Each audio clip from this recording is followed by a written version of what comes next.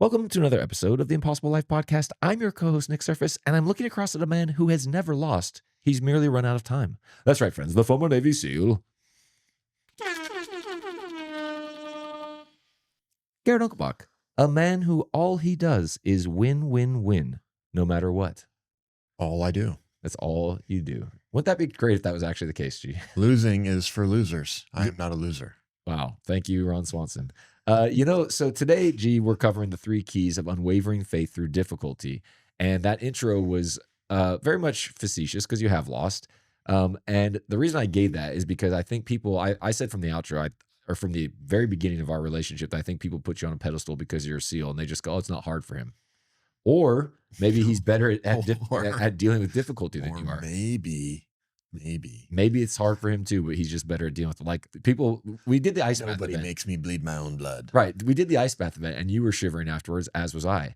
And I think it's always so funny. People are like, you're cold. I'm like, yeah. Believe it or not, I still shiver. I just, go, okay, this is what we're doing. Yeah. And so it's very different. So I want to dive into this more because that kind of conversation about people seeing you shiver, you asked me a few weeks ago on the podcast about why people start to waver. The difference between me and I would just say a lot of folks is me smiling while I'm shivering. Yeah. Which I was smiling while I was shivering. And like when you've seen me go through, I would say some semi-hard things on a physical level. Yeah. And it's how you respond to those things. Yeah, it really now like when it starts to get like really bad, I start having a good time. Yeah, which is weird because like I've seen you go bad when it's physical, like literally like you have deep headaches, deep migraines, whatever it be, or like your for example, altitude, like is getting effects. That's when it becomes more than just like, oh, hey, this is difficult. You're actually dealing with some altered perception of reality because your brain is not working the right way. And yeah, I've seen you smile through it, which is all sorts of fun. You got to laugh when it's bad. Yeah. That sounds great. It was, but when you're in it, it's a lot harder to do. Well, truly, it was one of the indicators of who was going to make it through SEAL training or not. Oh yeah. Specifically in Hell Week. Yeah. The guys who like get real serious when it's super hard, they're contemplating all the wrong things. The guys who, when it was at its worst, could just look at each other and just laugh like, oh my gosh, this is so bad. So you're like holding a boat over your head. Your arms are on fire. You're like, probably pooped yourself or whatever. And you're just like, hey. Maybe not laughing when you're in the moment of like max exertion. Right. But more so the moments like we're sitting in the surf, like the moments of misery, not peak misery, not peak exertion. Right. Okay. Like sitting in the surf, like eating our MREs and like our food's wet, like everything's bad. The guy next to me is crapping himself, You just got to like look at your friend and just laugh. Hey, this is how I like to eat my meals. Sat in the surf with some dude taking a dump next to me. Awesome. Yeah. Okay. So there's a little insight into what Buds is actually like. Fun times. So the whole point we want to do, look, we hope that if you're listening to this, man, I love getting, like, we always say we love getting the messages. There's so many stories of people who are like, man, I'm really, your podcast has had a huge impact on me. We're growing, you're pursuing things. I love that. That's exactly what we want for people is to understand that God's made you to be great and that you pursue purpose. Here's what we also want you to know. It's not going to go how you think. And everybody will be like, yeah, totally. Yeah. Well, I was trying to think of a great example of this because, I love sports analogies, but sports kind of has a very clear, definitive endpoint. You either make it to the pro league and achieve the very clear stated intention, or you don't, right? Where you get a great example of what it's like to run your race and you have a lot of opportunities is in business. So I'm going to tell you about a little company. I think on that analogy, I think a lot of people here are like, oh, it's not going to go the way you think it's going to go. And they're like, yeah, I won't get it on the first pitch. Yeah, exactly. Like I'll get it on the third pitch. It's like, no, you'll strike out 13 times in a row. You'll get cut from that team. Right. Yeah, exactly. And then we'll see what happens. Yeah, you're exactly right. Then you'll come back. Then you'll struggle on another team. And the story goes on for many, many years. And then you figure it out. Yeah, maybe. So I want to take you back to a time, G. It was a time when things were simpler. The year was 2002. That is a different time. Internet was slowly growing. Cell phones were starting to become more common. There was no such thing as smartphones. And people were, there was still a very clear media stronghold in this country, aka you want to get a record deal, you better be with Columbia or one of these big guys. Some sort of indie music was rising, but it was harder to get out there. MySpace was just starting to become a thing. Let's go, Tom. Yeah. dude, God bless Tom. And so this is the environment that a young man by the name of Nick Woodman was trying to make it as a surfer, right? And so because he was trying to make it as a surfer, he took a surf trip to Australia because everybody knows those are great waves. And when he went down there, the way you got discovered as a surfer, obviously, you read surfing magazines, so do Yeah, I. that video. Yeah, you have those guys like floating in the water with their cases, taking amazing shots of you getting barreled. Like I have Tiapu, or however you say it. I have so many images of Kelly Slater just getting, because that barrel spits. If you know anything about barrels around the way, around the world, and like that's a very One of the most recognizable dangerous waves. It is, and it's one of the most recognizable waves. So I just have these images of these monster waves and these guys just like stoked on life coming out of the barrels. Well, this guy wanted to do the same thing. Doing a photo shoot while I, Yeah, well, I risk my life. ride this wave that if I wreck, I'm going to end up in the emergency room. Maybe, like, hopefully, I'll end up in the emergency room not dead. But so he goes out to Australia and he tries to get somebody to take pictures of him because obviously he wants to show up that way.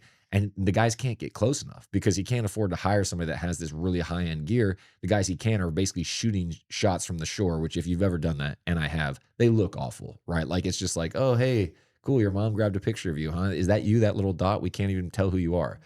So he's like bummed out about this. He comes back, he has no pictures. He goes, I need to find a way to make a camera that can like go out there with me. So he starts developing a little 35 millimeter camera, and he has to get straps for it so that he can take it with it, make it waterproof. And he's trying to get like a high end look, but for an affordable price. And so, this is in 2002. He starts doing this. He goes, hey, maybe I have something here. His parents invest a couple $100,000 in him. He starts selling bracelets out of his VW van to like make more money. And he just keeps going. He just keeps going. He makes them. He developed the camera's name is GoPro because that's what he was trying to do as a surfer, is to go pro. And of course, because you want to be the hero of the picture, the line of cameras is called, and it still is to this day, Hero. So this is in 2002. And once I've said the name of the company, everybody knows like, oh yeah, GoPro. Well, okay, in 2006, YouTube starts becoming more popular and people start having more of a need for themselves to put content out. That helps GoPro. Doesn't really do anything to help them take off though. It wasn't until how long, G? The early 2010s that they really like their revenue that we have reported because it was private for a long time. It started in 2010. It was 64 million, which if you're just your Joe Schmo, you're like, wow, 64 million. Whereas if you're a product company for business, you're like, okay, like that's solid, but that's still considered a small business. It then jumps in 2011 to 234 million. 2012, it went to 526 million. So like in a matter of 3 years, he has almost. I think, yeah, product companies like GoPro are going to trade 2 to 3x earnings. Right. So yeah, but you almost 10x in 3 years, and then 2013 it goes to almost $1 billion. It breaks the billion barrier in 2014 when they IPO'd, and it goes on. And we're like, yeah. Well, what I love about this, Nick Woodman has this great quote. He says, "We were a 10-year overnight success." yeah, there's a lot of those. GoPro's a good story. I wouldn't say a great story because they're not doing as good as they were back in Right. 2014. But I think they IPO'd at like almost 3 billion in valuation, and today their market cap's like a tenth of that. But right. it's still a great story. It is, yeah, but the reason I wanted to share that one, because we like when this guy started setting this out, like, okay, he just saw something that he wanted to do for other people. All these market conditions change, and he just kept staying with it. And lots of people start businesses, and when you say to like some entrepreneur, why do you want to start a business? Because I want to have the freedom to work for myself. And you're like, oh, okay, maybe you'll get that freedom at some point in the future. Maybe. Do you know the story of Discord? I do not, but obviously I know Discord. Yeah, everybody knows Discord. Discord, I'll give you the long story short. Discord came out of a failed game. Oh, really? Yeah, they, Discord has solved a great problem. If you go back, I don't think you were like super heavy into gaming, but if you go back to gaming like pre-Discord, like early World of Warcraft days and things like that, it was so hard to just be able to have good comms with the guys you were playing games with. And the in-game chat was usually trash. Right, okay. Right, and so people had like these outside of the game systems. And so these guys were developing a game, and they like built this really great in-game chat function. They're like, we're going to be the game that actually has good in-game comps. Okay, like Ventrilo was this app that existed way before that a lot of people used. That's resonating with all the gamer nerds right now, and everyone else has no idea what I'm talking about. But anyways, the game failed. Okay. The game doesn't matter. He ended up selling Discord later for like $2 billion, Nice. which is a like way far and beyond greater outcome than any video game could ever produce. Right. Yeah. Well, I mean, think about what he was trying to do. He was trying to become a pro surfer. Yeah. And so the point we're making is it just doesn't go how you think. And I would challenge everybody, whatever you're trying to do, literally anything, have a great marriage, have a great family, get in shape, insert whatever X is for you as you're pursuing purpose, as you're realizing God has greater things for you. What do you actually think it's going to be like? And I don't know that, like, people will be like, oh, I know it's going to be hard. But I mean, you got to be honest with yourself, because you definitely have a scenario. Most people will have a point at which they go like, it's going to be this hard. And they expect that hard. It's like I've talked about all the time. It was the wrong question. Right. Guys would ask, how hard is SEAL training? Wrong question. Right. Yeah. What's how deep is the level of pain? And I found myself thinking this way about 100 milers. And then it's funny, I was running yesterday with Joe. We're preparing for our 50 miler. I said, I used to always think about the pain and kind of be like, oh, I think it's going to be like this, and I'll be good whenever it hits and all that. I said, now I'm not even thinking about it, because I'm just like, whatever pain comes, it's just going to be part of the process, and it's not going to stop us from going where we need to go. But the reason I say you need to really consider what you think it's going to be like, because at some point your ideal and reality are going to come into harsh collision. And that's what this podcast today is for, is to help you know what to do whenever you get into that harsh collision. So we're going to give you the 3 keys to help you have unwavering faith. And we're going to dive into what the Word of God says about it, and just highlight some things and give you a cheat code. We always like to give the cheat codes. I'm not saying that you can have faith, right? Because there is the story that I love of the man to Jesus saying, Lord, I believe, help me in my unbelief. Yeah. What I am saying is that unwavering faith is so powerful. Yeah. Because if you are in and out with your faith, you're going to get in and out results. Right. One of the things that God's looking for in us so much is developing our faith, which develops our hope, which develops our endurance. All these things are connected. Like, God's going to grow our faith, and we get to choose, hey, am I going to stand in that, or am I going to back up from that? Right. And this is Paul, 2 Timothy chapter 4, verse 7 and 8. I have fought the good fight. I have finished the race. I have kept the faith. Now there is in store for me the crown of righteousness, which the Lord, the righteous judge, will award to me on that day, and not only to me, but also to all who have longed for his appearing. But what's he saying? I've fought the fight. I've finished the race. I have kept the faith. Yeah. Paul is stating this as his status of like, I've done what I was supposed to do. Right. Paul's not trying to flex. He's saying like, I've lived it. I've done what God called me to do, to keep the faith, not to waver in your faith. And he compares keeping the faith, which we're going to talk about today, and really the greatness that comes from unwavering faith. He compares it to finishing the race or fighting the fight. Right. That's what, just so you know, if you don't know, this is what having faith in life is like. It's like fighting a fight, and it's like running a race. Right, man. And how often we talk about on this podcast, I feel like somewhat regularly, where we think that like God is the easy button. Like where's God going to show up? Like we're waiting for the parting of the Red Seas, as if that was, in our mind, that was easy for them. I'm guessing it wasn't very easy to walk across with 2 walls of water and all the stuff you own on your back as you're fleeing from the most powerful nation in the world. Like if America's military was after you and you're like, oh great, God show up, and he doesn't show up and just kill them. He goes, no, I'm just going to make it so you can walk across this water. Well, can you just take them out as well? Like, why not just strike them with lightning, God? I've got such better ideas. You're God. And this is how we think. And that's what we're saying. I love that you brought that out, because when we were preparing, you said that you're like, he's inferring what it actually feels like, a fight in a race. So if I said to you, hey, let's be great today, and you're like, yes, let's be great. Okay, first thing you're going to do, you're going to go box that guy for 10 rounds. When you're done, we're going to run a marathon. You'd be like, whoa, I thought you said we're going to be great today. I thought you said this was going to be a great day. Yeah, what the heck? Well, here's Paul, the guy who I'd say second only to Jesus in Christians' minds, is telling you, hey, here's what it's actually like. What do you think greatness looks like? Right. Yeah. That's what it looks like. For sure.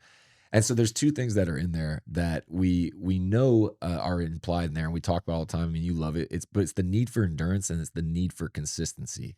And that's really what we're trying to stimulate, is to give you the understanding of the keys that will give you endurance. I mean, one of your favorite scriptures, consider it all joy when trials and difficulties come. Right? Yeah, he didn't say, I went out for a jog and, I took one in the face. Right. He said, I fought the fight. I finished the race. you're going to have to continually push and endure.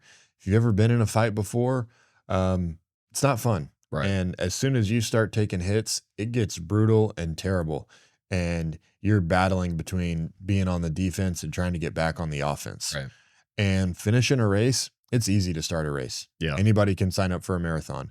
It's very hard to finish one. And that means you're going to get just like in the races that we've been through. There's going to be times where you're feeling the race. There's going to be times where you're not feeling the race. Yeah. There's going to be times where this is stupid. I don't want to do it. You got to keep going. There's going to be times where it's if it's this hard, there's no way I could finish. You got to keep going. Yeah. No, I love that. Our wives are running together, just like we're all running together to prepare for this 50 miler. And my wife shared an amusing story about how your mom got your wife some shoes for Christmas and was like, I'm so proud of you for running this race. And you're like, hang on. She's just signed up for it. She hasn't actually done it yet. Actually, that was Lindsay. Lindsay was the one who said that. Did she? Christmas. Oh, right. I didn't say anything. Oh, yeah. My mom said that to Lindsay, and Lindsay's like, "Hold on a second, haven't done it yet." Oh man. Well, look at this. I guess you were probably inhaling to say it, and she got there first. Yeah. Hey, well done. It was Christmas. Yeah, I proud was of just, going to drink my coffee. Wow.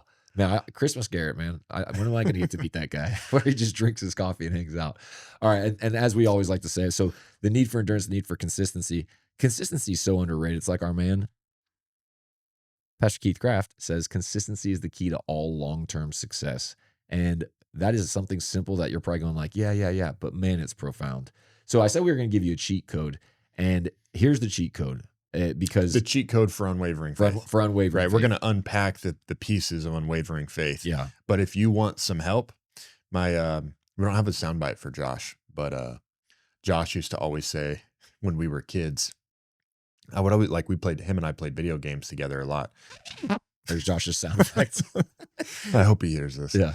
Him and I would play video games together all the time. And he always wanted to use Game Shark. And I'm like, dude, you're ruining the point of the game. Right. And he would always say, it's not cheating, it's advanced game playing. Well, can you explain for people who didn't grow up what Game Shark is? It's just cheat codes. Right. There's again, multiple video game references for the nerds today.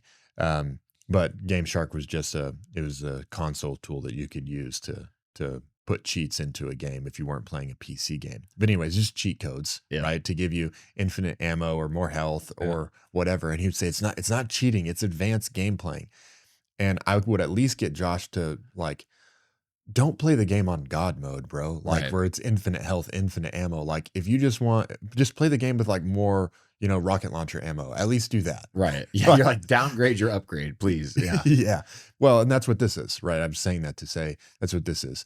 This is a cheat code that's going to give you more ammo. Right. It'll give you some more health. It doesn't, make it an auto completion. Correct. But this is a big one that's going to help you with unwavering faith. Yeah. And that cheat code is that you have brothers and a good circle to run with. That you would have mentors and intentional voices that you listen to. We did an episode on how to know mentors, teachers, and people that you can learn from. Great episode. We haven't referenced that one. No, we haven't. And it sounds self-serving to say that, but I agree. Sometimes people will be like, oh, this guy, he's really been having a lot of influence on me. And I'm like, you need to listen to this episode because I'm looking at that same person going, nope. No, and I don't mean that judgmentally. It's just whenever you understand what a mentor actually is and who you can learn from and who's a teacher, you don't give them, because what will break somebody is if you have somebody who's a teacher or somebody you can learn from and you think they're a mentor and then you realize they don't care about you the way that you thought they did. Because now you're going to want to throw out everything that they said because you're like, screw that person. Well, that person may have given you some really good things to learn, but because of your misunderstanding of what was happening, you throw out, the baby with the bathwater, as the saying goes. Yeah, great episode. Go back to that one if you haven't heard it. I'll find out which episode it is here real quick. But this we've said this a lot, but if you could realize how important it is the people that you run with and how much that gets you, how much that will indicate your future. I feel like people, instead of moving places for jobs, they would move places for rooms if they really actually had the value attributed correctly. Because people move for jobs, but they don't go, you know what? They think this way in this area. And we've actually had, since we started this podcast, a lot of people be like, man, I would love to move to where you guys are at. And I never discourage someone from that. Not because I'm like, hey, thus says the Lord, but because I'm like, hey, you're placing value on the right things. If you really did grasp it, you would move to the place. Now, here's the hard part about this. You don't know how much you need these voices because self-assessing your level of the quality of your own voice is really hard. If your voice is weak, you need to get a lot more of the right voices until you train your voice to be followable. It's one of the most important things is your voice. Yeah. And because all the time you're having to deal with it. And one of the things that I've quoted this a lot recently on the podcast, I've quoted this at Mighty Men. It's been a verse I've loved a lot. I've just been circling back to it a lot because it's been recent revelation for me, a recirculation of revelation. Is as a man thinketh, so is he, right? And it's not as a man thought; it's as a man thinketh. Yeah. As you continually think, like what you continually listen to, that's what your future is going to look like. And your voice is so important. I learned this when I was going through some of the most difficult training that the military has to offer, that the way that I spoke to myself Yeah. and what I was saying on the inside had a really big impact on what my future looked like, on what that exercise looked like, and what my days and my future weeks and months looked like. And it's really hard when it's difficult to keep that voice sounding correct. Yeah. And so if you've got to train yourself and having that strong voice, but what'll help you is having some great voices around you. If you have negative voices around you, so let me give you some examples of this, of like, you have to go through that training of your voice. You have to protect it as well. This is where Nick has joked, and it's also where he's seen me. I've been lethal about some things in my life. This is one of the things that I value the most, is my ability to speak to myself and the quality of the voice that I speak to myself with. One of the things you see in scripture is Jesus, what he would do often is retreat to pray. Yeah. And I'm not, taking shots at the disciples. That would make me an idiot. But what we can all understand is that Jesus was on a different level Yeah. than the disciples. Yeah, big time. He was on a different level. I love the verse where he says, like, how much longer am I going to have to deal with you guys? Right. He's frustrated. Oh, yeah. Right? Like, he's frustrated with their thinking. And so what Jesus had to do, honestly, in protecting his own voice, he would go retreat to pray, to be with the Lord. Right. Because that's the voice that he wanted to hear. Yeah. He was like, you know what? I've heard enough Yeah. of you guys. I'm going to take some time. Yeah. And in the same way, if you're not in that place where your voice is so strong, sometimes what you need less of is your own voice and more of some strong voices around you. Right. But I would say with this, one, it's the understanding and awareness of the power of your voice. This is where people who are very capable, very accomplished, very successful, this is something that they have in common, is almost this like third person like ability that they have to play themselves as a character. Right. And this is an awareness of not like, oh, I'm not going to do this today. It's playing their character and saying like, oh, my character doesn't really feel like doing this today. I wonder where that's coming from. Yeah. And this ability to externalize yourself. If you can externalize yourself in that way, you can not just you can take inventory of your voice. It's like, Right. it's really interesting. My internal monologue has not been great lately. Where's that coming from? Yeah. And when you can externalize yourself and observe yourself, again, I'm telling you, that is a trait that very successful people have. Yeah. It's the ability to externalize themselves and take inventory. And if you'll do that and look at your voice, and we'll expand on this, but if you'll do that and take inventory of your voice, then realize like, man, it's going in the wrong direction. Right. Oh, my voice is doing great. Let's keep doing what we're doing. Oh, it's not doing great. Maybe I need to retreat from where I've been, or maybe you've been a little isolated and your voice isn't great. Maybe I need to press into being around some people who can help my voice. Yeah, so good. And by the way, that was episode 145. We talk about in the age of experts, how you can actually identify good mentors. Now, in here, in what Garrett said, and speaking from experience, as I know you are as well, let's say that you find those good voices to listen to. And by the way, if you're out there and you're like, man, I have nobody around to talk to like that, I would highly encourage you. This is not a place to get mentorship, but it'll at least get you around people of like-minded thinking. Join our school community. There's a link in the show notes. It's absolutely free to join in there. We've got now 2,200 people as of the time of recording. And there's a lot of great conversations and people just asking questions about faith and sharpening each other. I love it. It's amazing. Well, I will say this podcast is a great thing to help you Correct. with your voice. Yeah. Nick gets mad all the time when Big Norm's like, you're the voice in my head. Not mad. It's just like, I'm like, I don't even know how to explain it. But that's so much of the reason of this podcast. Yeah. Is my desire is not to be the voice in your head. Right. But I've said it before. It's like the movie Sidekick, right? This is an old Chuck Norris movie. It's a great movie. It's a movie Sidekick. And it's this kid who wants to like looks up to Chuck Norris. Right. And Chuck Norris is like the voice in his head. Yeah. It's who it, but at the end, it's him. Right. It's not Chuck Norris there anymore. Yeah. He's matured, he's grown. And now instead of like looking to Chuck Norris, he's become the person that he wants to listen and hint, you have voices in your head. Like you are listening to voices of people that have spoke things over you from a young age, whether you recognize them or not. There's some people who have issues with authority because they had a bad relationship with their father, you know, and so every time that any person in authority addresses them, they hear a critical, negative, unloving voice, whether that's how it's meant or not. So we all have voices in our head. And if you can be intentional about it, like I laugh about the Big Norm thing because he literally credits you with saving his life from 1,500 miles away, because as he's drowning, he hears Garrett's voice in his head. What did he say? He heard your voice say, was it like be strong, courageous, or I don't remember. Like you're not allowed that. I can't remember what the words, but he said he goes, Garrett, you saved my life, and I'm like, okay, because I make the jokes all the time about how you're some sort of Chuck Norris like character.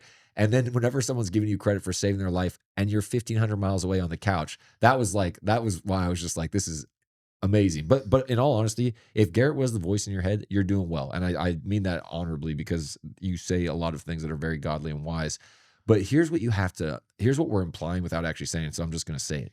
If you find a voice, let's say it is Garrett's, let's say it's this podcast or whoever it is, you have to have two things. One, you have to be submitted to that voice, aka it's going to tell you things that you're going to maybe not like. And two, you have to have enough humility to, even whenever you're hurt, even whenever they've said something, you're like, I don't like that. And I'm speaking very rationally right now. When it happens, all you're going to feel is upset or dejected, or like, it's just going to hurt. Like you're not going to feel good. And I'm speaking from experience because Garrett's given me a lot of correction of the course of this podcast, just in our friendship. And you know what? Very rarely was I like, oh, praise the Lord, that was awesome, thank you. I was always like, man. And I either had to choose to be like, forget him, I'm not going to listen, or I had to go, is he right? And that's a humbling question. Is it true? Because if it's true, then okay, now you have to make a choice what to do with it. And so I really want to encourage people, if you're out there and you're getting around those voices, don't be the person that was in all the right rooms, but still didn't get better, because I don't know what to do with that person. You've got to either find someone that you can listen to. You know, that's what people say. They come up and tell me, they're like, man, I was just like in this situation and I thought, like, what would Garrett do? Right. What would Garrett say? Right. You've got to find whoever that can be for you.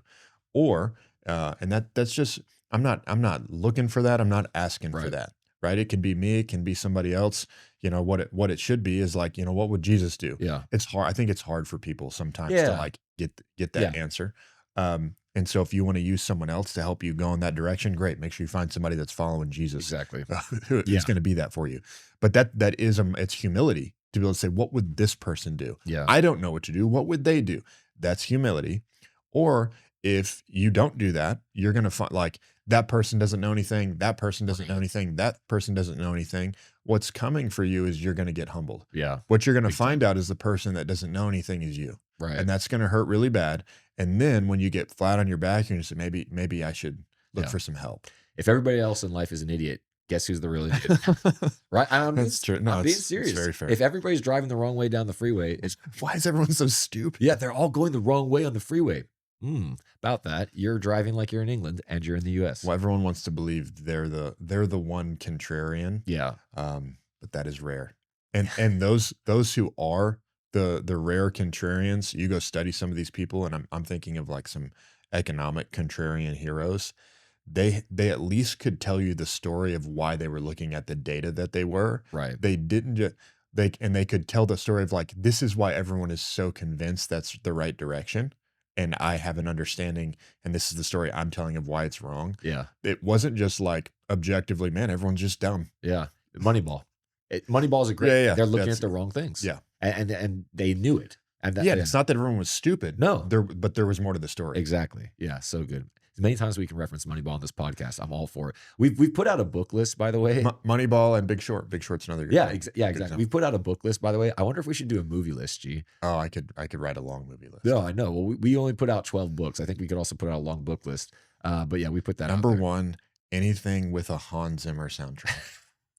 Okay, that's a lot of movies. All right, let's dive into this, G. Okay, so the 3 keys to unwavering faith through difficulty. Let's dive in, G. Number 1 was the ability to internalize challenges and difficulty. So this was a really important one to me.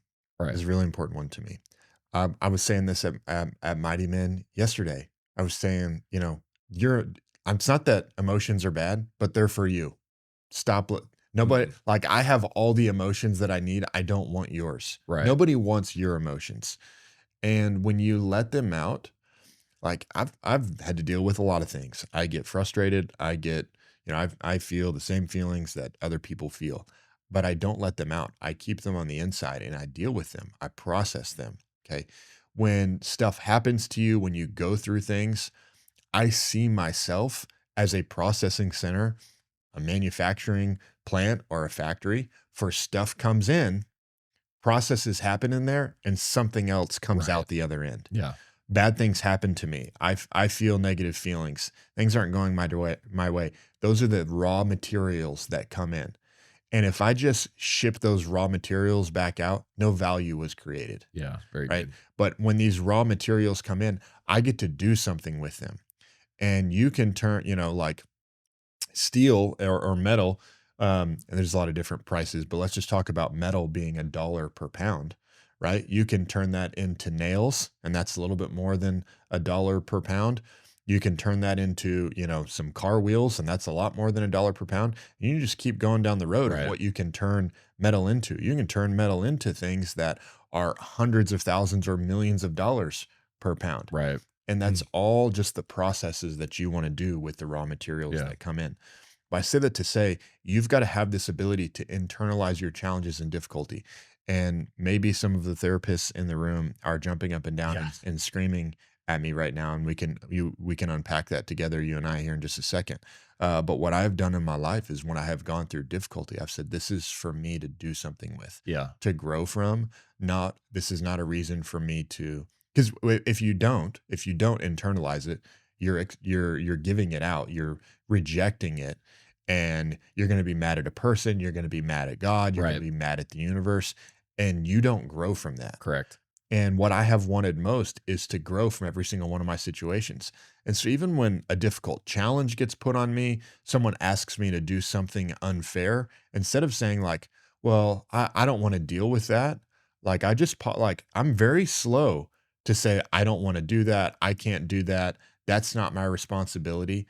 Because every time I give that stuff up, I look at it as taking weight off the bar. Right.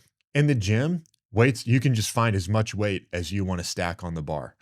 Um, but the type of weight in life that actually is developed, like I know how to develop my chest. I'm gonna go do bench press and I'm gonna put plates on the Right. bar. Developing your greatness is not as simple as going to the gym Right. and just finding plates everywhere. The type of weight that is, the bench press for your greatness, it's hard to find. And so I'm very slow to reject weight in my life. Like I have to look at a weight and be like, there's actually nothing for me to grow from in this before I'll release it. Right. Now, I'm glad you mentioned about the therapist because I was immediately thinking about somebody out there who might be listening to that and going like, "Oh man, I just need to keep everything inside." That's not what we're saying. Garrett is Garrett is speaking from a mature, skillful, developed place when he says that. And like if you think about it from a factory analogy, the equipment to process those things didn't just, grow from the ground. It got brought in there very intentionally, right? Like if you gave examples of what you can turn metal to, so let's stick with that analogy. That equipment that turns metal into nails or into wheels or insert whatever that's worth however much, you have to bring that in very deliberately. In your life, you have to go through times where you learn and you acquire the skills slash factory equipment that you can start to recognize your emotions, understand what's underlying them, and process it from a place of maturity. So that may mean that's why people go to therapists. Imagine a therapist is like your factory machine. I'm at a place now in my life where I don't often need to talk to other people. Like G, I don't think I've ever called you, and I can't even remember the last time I called you. And I was like, hey, bro, I really need to bounce something off you. I don't even know when the last time that happened was. I don't say that as a point of pride. It's just they're the vast majority of things that happen in my life. I feel like I'm equipped to deal with them. And to the point you made about watching The Watcher, I notice I'm like, oh man, I'm uncommonly like that thought's not normal. What's going on? That is how you start to know. But Mhm. it takes a while to get there. If you just shove it down and don't deal with it because you're like, well, Garrett said to internalize it. That's what's called repressed emotions, and that shows up in a very weird way. we're not a psychology podcast, so I'm not going to get into that, but Well, look that up. if you're gonna if you're gonna internalize it, you have to process it, Correct. not just ignore it. Yes, very different. Yeah, very good. I'm glad you highlighted that.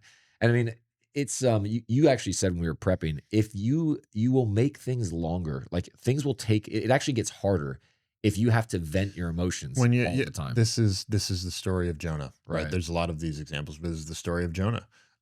Jonah 4. Lord says to Jonah's mad because God didn't do what Jonah thought God was going to do. Man. And God says to Jonah, Jonah, what reason do you have to be angry with me? Jonah gets to take a lap. Yeah. Jonah gets to do a few days in the belly of the beast because Jesus said, you know what? You're going to learn how sovereign I really am. Right. You're going to learn. Maybe I should, the next time I get upset with God, maybe I should just let that circle, as my dad would say to me a little bit. Because when you're rejecting the weight. God's not withholding from us. Right. God doesn't have a scarcity problem. He's not saying, well, if I give it to you, I don't have it. Right. And God's not mean, right? Saying like, I Right. changed my mind. I don't like you anymore. Right. God wants to give to you when you're ready. Exactly. Okay. And so if you take longer to get ready, it's going to take longer for you to get to your next level. It's as simple as that. And so if you want to get there faster, you should be trying to do as much as you possibly can, get as much weight on the bar.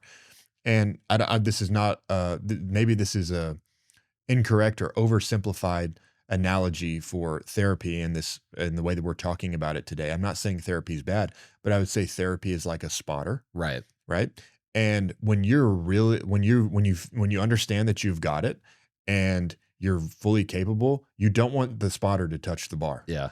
Right. Now, if you're brand new to the gym, you have no idea what you're doing. Right. Like when I'm at Lifetime, I see people who it's like, obviously these person's uneducated in the gym, and I see them with one of the Lifetime people, and that's great. That's the reason they're there. Like this person's never worked out before in their life. Right. And the spotter is basically like having to like move their body for them and like walk them through all the motions. I just don't know what I'm doing. Yeah. So I'm not saying therapy is bad, but you shouldn't need to have this like for forever. Correct. I don't need a spotter for bench at this point in my life. Now, if I want to go for like max rep PR, Yeah. I will say I used to do those like by myself in the gym at night on purpose because you're probably going to have the best. You're going to push as hard as you possibly can if there is no. When there's no other option, it's amazing what you can do. But that's a good time to have a spotter is when you're like pushing to your best. But the things that you used to be hard for you should stop being hard for you over time. And then maybe I don't need a therapist just to help me with, somebody at work said something mean to me. Right. And I'm not saying that as derogatory or to demean someone or make someone feel bad that if you're at that level, but you're not always going to have to be there. Yeah. You've got to be able to take these things in and process them and grow from them. And what therapy does is it helps you. You don't know how to process. Let me help you process. Right. Learn the processing part so that you can process on your own. Yeah. And we're as with the physical, we always use physical analogies because I think they're the easiest to understand. You can take a DEXA, you can look at yourself in the mirror, you can have weigh yourself and get very pretty clear feedback. Speaking of, I need to get my Q1 DEXA scheduled. Schedule it up, bro. But you can get that sort of stuff in the physical. What I would say this looks like, if the way that we're talking about it, if you're having days where you're flying off the handle, where something bad happens and you can't shake it for the whole day, like something happens in the morning, so it ruins your day. These are indicators that like you are not ready to process stuff, right? Like if things are happening all the time, you're very conscious of like, oh man, that this made me feel this way. And all you can do is just talk about your problems or what's going on in your life. And it's the main focus. You're not processing right because you're focused on the wrong things. You're focused on how you feel and on all your problems rather than focused on where you're going. And I've shared this before, but I've witnessed this with you. And you say like, you're always so zoomed out. I watched you take a very big financial hit. And I was like, dude, are you going to be cool for bills next week or next month? Because we all have monthly bills to pay. And you're like, man, I'm never worried about if I can make enough money for a month. Your exact same was like, I just want to make sure I'm still going in the right direction. To me, that's somebody who's had something that for most people, if they said, and I think it was probably like 50% of your income, if I remember correctly at the time, if you lost 50% of your income in a day, most people that would be the only thing they cared about. And I'm using that as an extreme case because you have a very high level of processing. And I'm showing this because I'm like, this is what's possible when you're mature. It's like, okay, that happened. Check. I know what I'm going to do. Like it's not going to make me go into a spiral. When you know what the process is supposed to convert to, Yeah. right? Like here's what's supposed to come out the other end of the factory. Sometimes if you get some dirty materials, you realize I'm going to have to do some extra processing on this to be able to turn it into what I want to turn it into. Right. Right. I don't say like, well, this doesn't look like what I thought I needed to get, to produce the right material, to produce the right product. So I'm going to reject it. And I take those materials and I say, okay, I'm just gonna have to process these a little bit extra Yeah. to produce the product I want to produce. And the product I'm trying to produce is greatness. That really is the whole point of 3 keys of unwavering faith, right? Like what you want to produce is the final product is meant to be your development, your greatness, your success, right? You've got to have unwavering faith if you want to get there. Yeah. And that really is the thing is you're like, okay, this is here to make me better, but this seems so terrible. Okay. Well, Which that kind of leads right into the second point, yeah. which is timeframe orientation. Now we have taught timeframe orientation before as a skill. Timeframe orientation it's the point that you're looking to of where everything's going to come together. Right. This relates to focus. I was having this discussion with a group the other day of the way I like set goals and things I think timeframe orientation is super important. I don't think if you accomplish your goals every year for 10 years in a row, you're going to accomplish the same as having a 10-year goal and spending 10 years working towards a 10-year goal. Right. Right. You'll accomplish different things. 10 years of accomplishing your annual goals is different than spending 10 years working on a 10-year goal. Yeah. Right. So the point that you're orienting towards of like, here's where it's going to come together. Here's where the fruit's going to be produced. Right. Microwave food is not as good as oven food. Right. Right. And so the point that you're connecting all the things together has a big impact on the product that you're going to produce. And so I brought up timeframe orientation today, not necessarily to reteach the skill. What episode is it? Glad you asked me. It's episode 51 and 261. And I would be remiss to not say what you just said about not hitting your goals, like just hitting your goals 10 years in a row. That's right out of the Purpose Playbook. If you haven't checked that out, you really should. We bake timeframe orientation into that. So what are the episodes again? 51 was when we originally covered it. And Right. then we revisited it last year in November, and it was episode 261. So Okay. those 2 episodes can help you. Great. So that'll help you like teach some of the skill and really I want to connect timeframe orientation to unwavering faith. If you're starting to waver, let me tell you, I'll just make it really simple for you. Here's the secret. You're on the wrong time frame. Right. If you man, it's not going to work, it's all going to blow up, you're on the wrong time frame. Yep. Because here's what God has destined for all of us, right? And Paul teaches this, Jesus lives this of really the time frame we're supposed to be on. And this is like, it's the hack, it's the cheat code, it's the superpower, is into eternity. Right. And so if you'll orient towards the real destination, you know what'll happen? You'll find a lot of success along the way. If you're pointed in the right direction, you're going to find a lot more mountaintops in your life than you'll find valleys. Right. You're still going to find valleys on the way from A to Z for anyone's success pattern. There will be valleys. The point is not to avoid the valleys. The point is to say, will I reach the final mountaintop? Right. And if you know you're going in the right direction, if you've oriented correctly, when you're in the valley, you know what you can do? You can say, this is temporary. Right. If you have oriented towards a certain time period and you happen to be in a valley in that time period, you're going to feel like a loser. Yeah. Right. And this is where Paul talks about run your race. You've got to understand the race that you're running. If you're running 1,000-mile race and a bunch of 5Kers pass you, you're going to feel like a loser. They're going to go sprinting past you. But when you know, hey, look, I'm running a longer race than this. And even this big thing that I'm a part of right now, it's a small thing in comparison to the big, big, big thing. All of this is developing me for what God's put me on the earth to do. And even this thing that I'm in right now, I could have thought my life was about being a Navy SEAL. It wasn't. Right. That was a piece of the piece of the piece. If you get oriented towards eternity, towards the very end, you're not going to have these things that cause you to waver. You waver because you're like, I'm in a valley right now and I'm not supposed to be in a valley. Right. Right. Says who? Right. There are going to be valleys on the way to God's destiny for you. Yeah. And so if you can do that, if you can say, hey, this is temporary because I'm oriented towards success, you don't get stuck in that valley. Yeah. And so this is how timeframe orientation, go listen to episodes that'll help you understand it, that'll help develop the skill, right, of how the mechanics of it and how it works. But if you've got time frame orientation, it allows you anytime that you feel wavering to recalibrate your compass, recalibrate your time frame orientation when your faith starts wavering. Yeah. What I never said, I want to make sure people gather to that because that's so good, G. When we were climbing mountains, which we've done multiple times, and when we were running ultra marathons, when I was feeling my worst, I never said the finish line doesn't exist. Or I never said like, oh, this mountaintop's, it's not real. And we say that like, well, yeah, of course not. But that is essentially what if you like, why else would you stop? Because what you're actually saying is it's too hard. It's harder than what I thought. Mhm. But like the underlying belief is like, well, what you hear people actually say is like, maybe it's not meant to be. I thought that this was what I was supposed to do. And it's like, no, it just looks different than what you thought. And so I want to just kind of flip that a little The bit. 'Cause I think cycle, it's different. the cycle of producing fruit is 3 major cycles: seed, Right. time, harvest. How much time exactly, please? Can you tell me? You could plant a seed and then 2 weeks in, it hasn't rained and it Right. doesn't look like it's going to rain. And you're just saying, it's it. That's over. I'm done. I'm going to Yeah. die. I'm going to starve. Yeah. I got nothing. It's not worth time.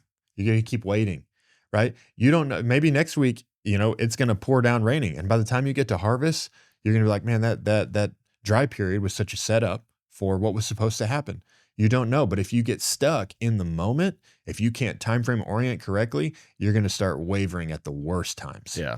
It's like this great quote that makes you remember anytime you're going through something difficult. It's a quote from my man, Garrett and Nick. The test is always faithfulness. It's such a simple thing, but it's so true. I was talking to somebody the other day who's going through a tough season. And he's on the right side of it, but I can tell he's still like fighting the question of like, what if all this doesn't work out? Right. And I was saying to him, I said, what if all of this was meant to be? What if like this, I know we had this story, you're thinking like, oh, we're going to do this and we're going to do this and we're going to do this and it's going to be all great. And that didn't happen. And what if what's happening right now is actually the right story? Yeah. I think people get so stuck there. Yes. You'll go through that valley, through that dry period. You're like, man, this is so terrible. Yeah. What if this was actually the journey? Man, I love that. All right, G, you ready to move on to The last piece, the last piece? right? I'd say this is the big piece. And we'll spend a few I think minutes. they're all big, but yeah, this is a doozy. The way that I can, the first piece is the ability to internalize challenges and difficulties. Second piece is time frame orientation. And the third piece is what you give supreme authority to. Okay. You can believe in God, but not give the things of faith full authority. To say this in the simplest way, right? You can believe in the unseen, but still give authority to the seen. Right. Authority is who's in charge. Authority is who is primary. What has the most dominance in your life? And this is where science and theology wrestle, is because theological people, they give authority to the unseen, and they're looking for the seen to confirm the unseen. Right. And the seen people think that that's ridiculous. Yeah. Right? Like, well, this is all we know. This is all we can see. And if you live your life that way, you are just waiting for things to happen to you. You have zero ability to influence what's happening. And you know what's really funny is the seen people have a track record of being wrong. Right. Right? Galileo, I may mess up my science grades here, but Galileo was pretty sure the Earth, the universe, centered around the Earth. Right. Isaac Newton, known for greatness, died from mercury poisoning. Okay, Right. from ingesting mercury. There's so many things of like people who were great scientists, great evidence in the scene, and I'm not pushing on those people of being seen versus unseen. I'm just saying the scene track record is not great. Right. Right? We keep learning and discovering more. What has been consistently the same is what we know about the unseen. And the unseen is meant to reveal the seen, not the seen meant to reveal the unseen. Yeah. And so what I'm saying is what you give authority to is really what's going to determine if you have unwavering faith or not. If you give authority to the seen, but you say you believe in God, as soon as it doesn't look like God's not working, you're going to default back to the seen. Yeah. And so this is where people have an unresilient identity and unresilient beliefs like, oh, I believe, God has a great plan for me. I believe I'm destined for greatness. I believe, whatever you believe, whatever you're focused on. And then as soon as you're in the desert for a while, you start saying, well, maybe I don't believe that anymore. Yeah. Because you've given authority to the seen. Yeah. Right? When you give authority to the unseen, it's where you can laugh at your desert and be like, man, this is going to be a good story. Yeah. This is going to be really crazy when we get on the other side of this. Yes. It depends on where you give authority to. Yeah. That's so key. I mean, when we were talking about this, I was reminded of a quote that I got wrong that Garrett corrected me on. That is, you don't rise to the occasion, you fall to your level of training. And that's very, very common military saying. But yeah, but that's what's gonna, like, that's when you find out what you actually believe. Is whenever you get punched, like, do you immediately kind of go like, oh man, I got to figure this out? Or are you like, hey, what does God say? Like, what's the word of God say? What do I know to be true? And we're making it, it's simple, not easy, right? Because when you hear that, you're like, of course I'm going to, like, yeah, the word of God is true. I believe it. But man, when everything around you is telling you that it's not, like, what do you actually fall to? And that's, that's really what you're saying. That's true authority source. I mean, you find out a lot, and it's, no, that's a very sobering thought process to just be like, hey, we're going to test you and we're going to see what you're really made of.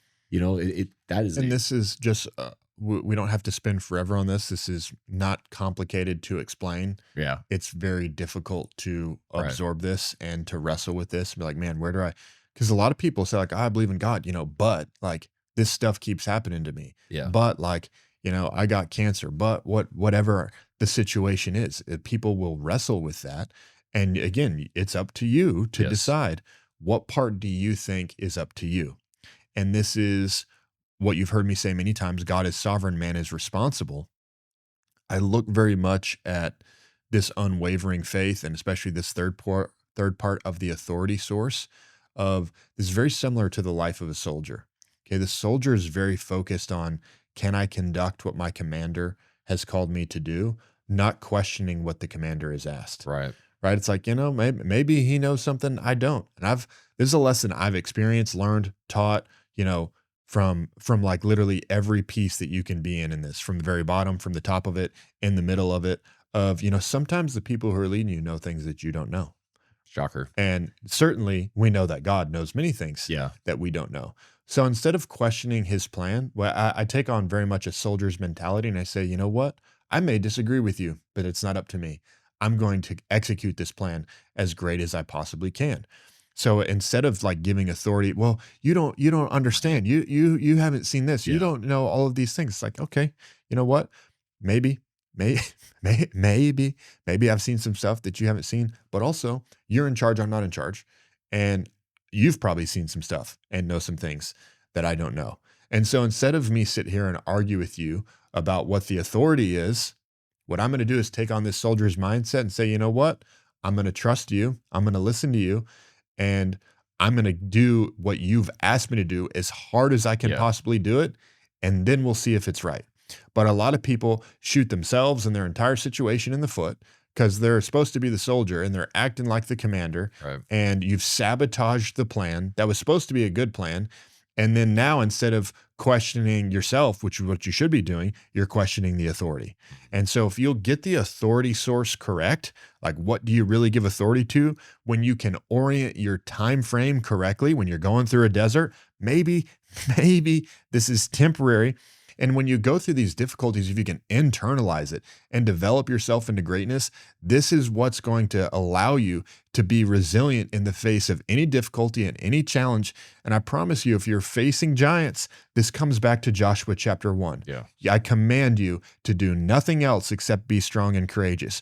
So if you want to kill your giants, if you want to win your battles, if you want to become what God's called you to do, if you want to become what God's called you to be, you're going to have to be unwavering in your faith.